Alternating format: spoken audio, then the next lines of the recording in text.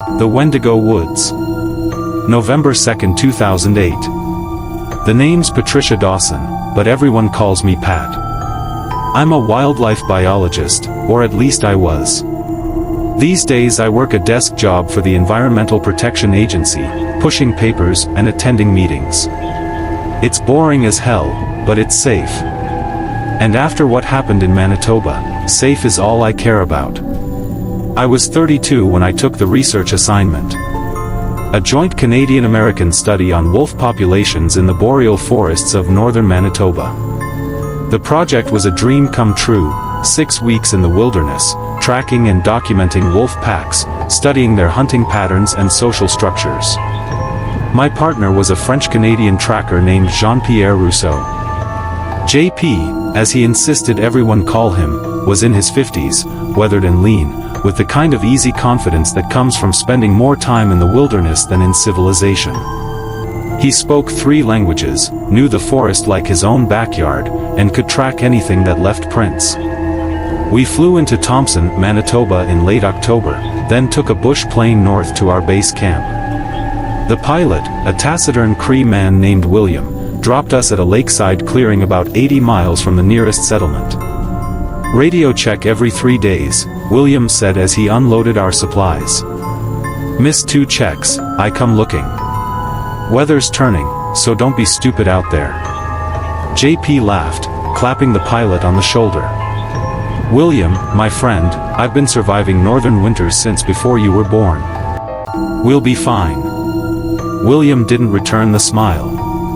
He looked at me, his dark eyes serious. You know the stories about these woods? Stories? I asked. He glanced at JP, who had turned away to organize gear. The Cree don't come here. Haven't for generations. They say the forest is wrong. That something walks here that shouldn't. I felt a chill that had nothing to do with the November air. What kind of something? William hesitated, then shook his head. Just, be careful. Both of you. And don't separate. Ever. He climbed back into his plane without another word. As the sound of the engine faded into the distance, I turned to JP. What was that about? He shrugged, already setting up our first camp. William's a good pilot, but he's superstitious. Lots of locals are, up here. Don't let it get in your head. But it did get in my head. That first night, as I lay in my tent listening to the forest sounds, the rustle of wind through the evergreens, the distant call of a loon on the lake, I couldn't shake William's warning. The first 2 weeks were, for the most part, uneventful. We located a pack of 7 wolves, 2 adults, 3 juveniles, and 2 yearlings, and began our observation protocols. The work was challenging but rewarding.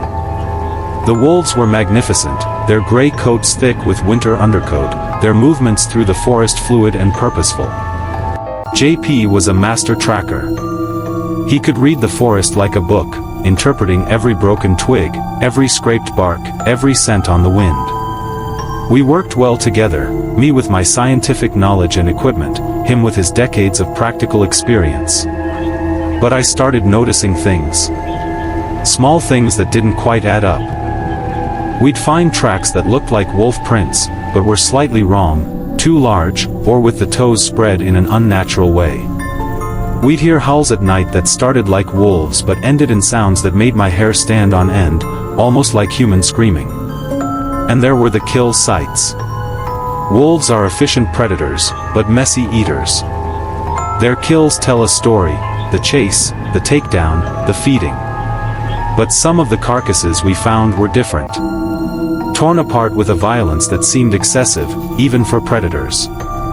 And the bones, they were cracked open, the marrow gone, in a way I'd never seen wolves do. I mentioned it to JP, who dismissed my concerns. Different environment, different feeding patterns, he said. You're overthinking it, Pat. But I wasn't convinced. I started documenting everything, taking photos and notes of the anomalies. The more I looked, the more I found. It was on the 16th day that everything went to hell. We were about 5 miles from base camp, following a trail the wolf pack had taken into a dense section of forest. The trees here grew thick and close, blocking out much of the already weak autumn sunlight. The undergrowth was a tangle of dead ferns and fallen logs. JP was ahead of me, crouched beside a set of fresh tracks. They passed through here recently, he called back. Within the last hour. We might actually spot them if we're quiet. I moved forward to join him, and that's when I smelled it. A stench so overpowering, so fundamentally wrong, that my body reacted before my mind could process it. I gagged, stumbling backward. Jesus Christ, I choked out. What is that? JP had frozen, his face pale. I don't know. Smells like death. Old death. The smell was unlike anything I'd encountered in my career. It wasn't the clean scent of a fresh kill, or even the rotten sweetness of decay. This was something else, sharp and acrid, like sulfur mixed with spoiled meat, underlying by something almost chemical. We should go back, I said, my instinct screaming danger. JP nodded, standing slowly. But as he turned, he stopped. Pat. Don't move. Don't make a sound. I followed his gaze and felt my heart stop. About 30 yards away, partially hidden by the dense undergrowth, something was standing. It was tall, impossibly tall, at least 7 or 8 feet. Its body was emaciated, ribs visible even from this distance, covered in gray-brown skin that hung loose over bones. The limbs were too long, arms reaching nearly to the ground, ending in hands tipped with claws. But it was the head that froze me in terror. It was vaguely deer-like, with a long skull and forward-facing eye sockets. But where a deer's eyes should have been were hollow pits of pure blackness. And the antlers, massive, twisted antlers that looked like they'd been broken and reformed multiple times, sometimes still dripping with what looked like blood. The thing's head swiveled toward us, and though it had no eyes, I knew it was looking at us. Seeing us. Wendigo, JP whispered, and I heard actual fear in his voice for the first time since I'd met him. Mon Dieu, c'est un Wendigo. The creature tilted its head, like a curious dog, and opened its mouth. What came out wasn't a growl or a roar. It was a sound I can only describe as a scream wrapped in a howl wrapped in something that might have once been human speech. The sound shook the trees, sent birds exploding from their perches in panic. Run! JP shouted, and I didn't need to be told twice. We crashed through the forest, all stealth forgotten. I could hear it behind us, moving through the undergrowth with impossible speed. Trees that should have blocked its path splintered as it barreled through them. I don't know how long we ran. Time lost meaning. My lungs burned, my legs screamed in protest, but terror drove me forward. JP was ahead of me, his years of experience helping him navigate the treacherous terrain. We reached a rocky outcropping, essentially a small cliff face about 15 feet high. Without hesitation, JP began climbing, using roots and handholds I couldn't see. I followed, my fingers scrambling for purchase on the cold stone. I was halfway up when I felt something grab my boot. I looked down and immediately wished I hadn't. The Wendigo had reached the base of the cliff. Up close, it was even more horrifying. Its skin wasn't just hanging loose, it was transparent in places, showing the bones and sinews beneath. Its mouth was too large, filled with teeth that looked like they'd been filed to points. And the smell, God, the smell was overpowering. It pulled, and I felt myself sliding backward. I screamed, kicking wildly. My other foot connected with its face, if you could call it that, and it released me with that terrible screaming howling sound. JP grabbed my arms and hauled me up the rest of the way. We found ourselves on a flat expanse of rock, maybe 30 feet across, with forest on 3 sides and the cliff we just climbed at our backs.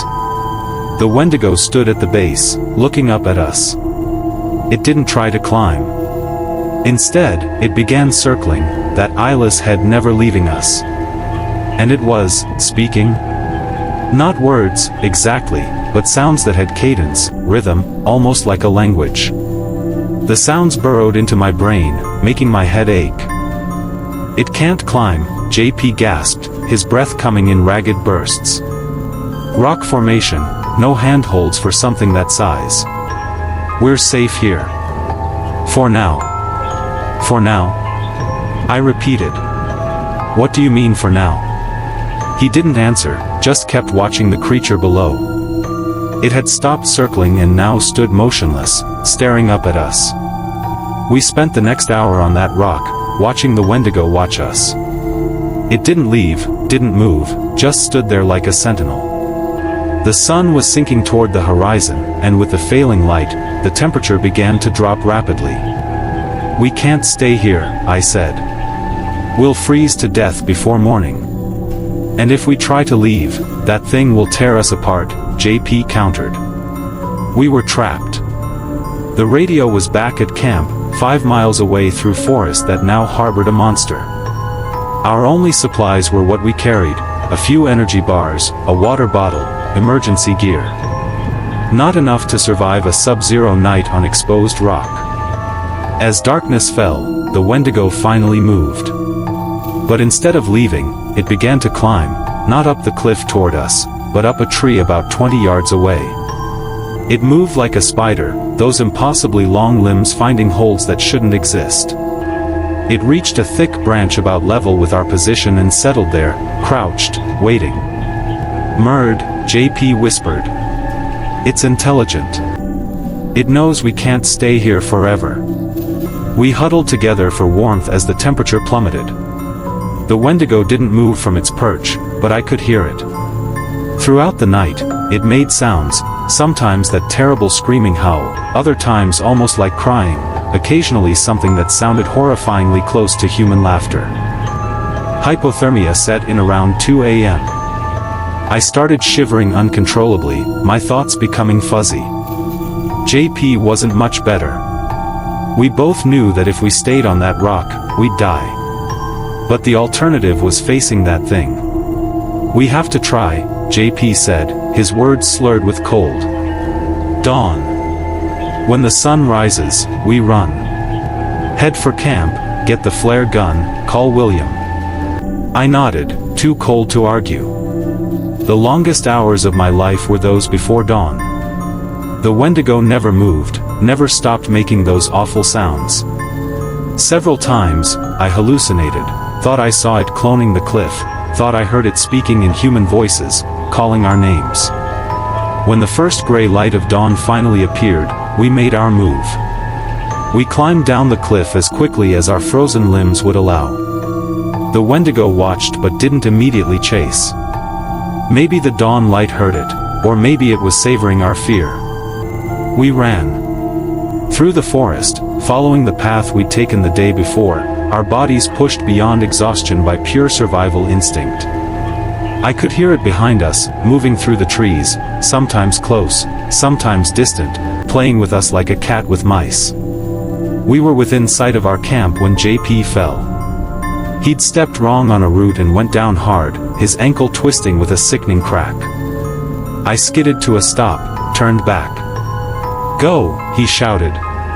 "Get to the radio. Call William. I'm not leaving you." The Wendigo burst from the tree lean behind him. What happened next is burned into my memory. JP rolled, pulling a knife from his belt and slashing at the creature. The blade connected, opening a gash across its midsection, but nothing came out, no blood, no organs, just a yawning darkness that seemed to drink in the light. The Wendigo backhanded JP, sending him flying into a tree. I heard his ribs crack from 20 feet away. It advanced on him, and I knew I had seconds to act. I ran. Not away, but toward the camp, toward the emergency flares we'd stored. My hands were shaking so badly I could barely load the flare gun, but I managed. I turned and fired. The flare hit the Wendigo in the chest, burning magnesium white-hot against that gray skin. The creature screamed, a sound that made everything that had come before seem like whispers. It thrashed, the flare burning into its body, the light seeming to hurt it in ways the knife hadn't. I loaded another flare, fired again. This one caught it in the head, and the Wendigo stumbled backward, clawing at its face. I fired a third time, and a fourth, until the Wendigo finally turned and fled into the forest, trailing smoke and that horrific screaming. I ran to JP. He was unconscious, his breathing shallow, his face gray with pain. I managed to drag him to the tent and called William on the radio. Emergency. Emergency. We need immediate evac. My partner is badly injured. We're under attack. Please, William, we need help now. There was a long pause, then William's voice, tight with tension, I'm coming. ETA 2 hours. Pat, what attacked you? I looked toward the forest, where the Wendigo had disappeared. You were right. The stories were right. It's real, William. It's all real. William arrived in record time. He didn't ask questions, just helped me load JP into the plane. As we lifted off, I looked down at the forest. And there, at the edge of the clearing, I saw it. The Wendigo, standing perfectly still, that eyeless head tilted up, watching us go. JP survived, but his injuries were severe, multiple broken ribs, a shattered ankle, internal bleeding. The official report listed our attacker as a rogue bear. JP didn't correct them, and neither did I. Who would believe the truth? I never went back to field biology. Can't. Every time I see a forest, I remember those hollow eyes, that impossible body, those sounds. I've read everything I can find about Wendigos since then. The legends, the sightings, the theories. Some say they're fallen spirits. Others, humans transformed by cannibalism into monsters. Some claim they're not supernatural at all, but a species of unknown predator that's learned to exist in the margins of human knowledge. I don't know what I believe. I only know what I saw. And I know that somewhere in the northern forests, in places where humans rarely go, things like that still exist. Still hunt. Still watch. JP and I don't talk about it. We exchanged emails for a while after the incident, then even that stopped. Last I heard, he'd retired to a small town in Quebec, far from any forest. As for me, I live in Washington, D.C. now. Concrete and crowds and noise. The opposite of the Manitoba wilderness. Some nights, though, when the city finally quiets down and I'm trying to sleep, I hear it, that screaming, howling, crying sound, echoing from a place that's both 1,000 miles away and right outside my window. They say Wendigos are driven by insatiable hunger, that they can never be satisfied, never be full. I understand that now. Because ever since that day, I've been hungry too, hungry for answers, for understanding, for some way to make sense of what I saw. But some hungers can never be satisfied. Some questions have no answers. And some things, once seen, can never be forgotten. If you ever find yourself in the deep northern forests, and you catch that smell, sulfur and death and wrongness, don't investigate. Don't try to be brave. Just run. Run as fast and as far as you can. Because the Wendigo doesn't just hunt bodies. It hunts souls. And if it catches you, death might be the kindest outcome.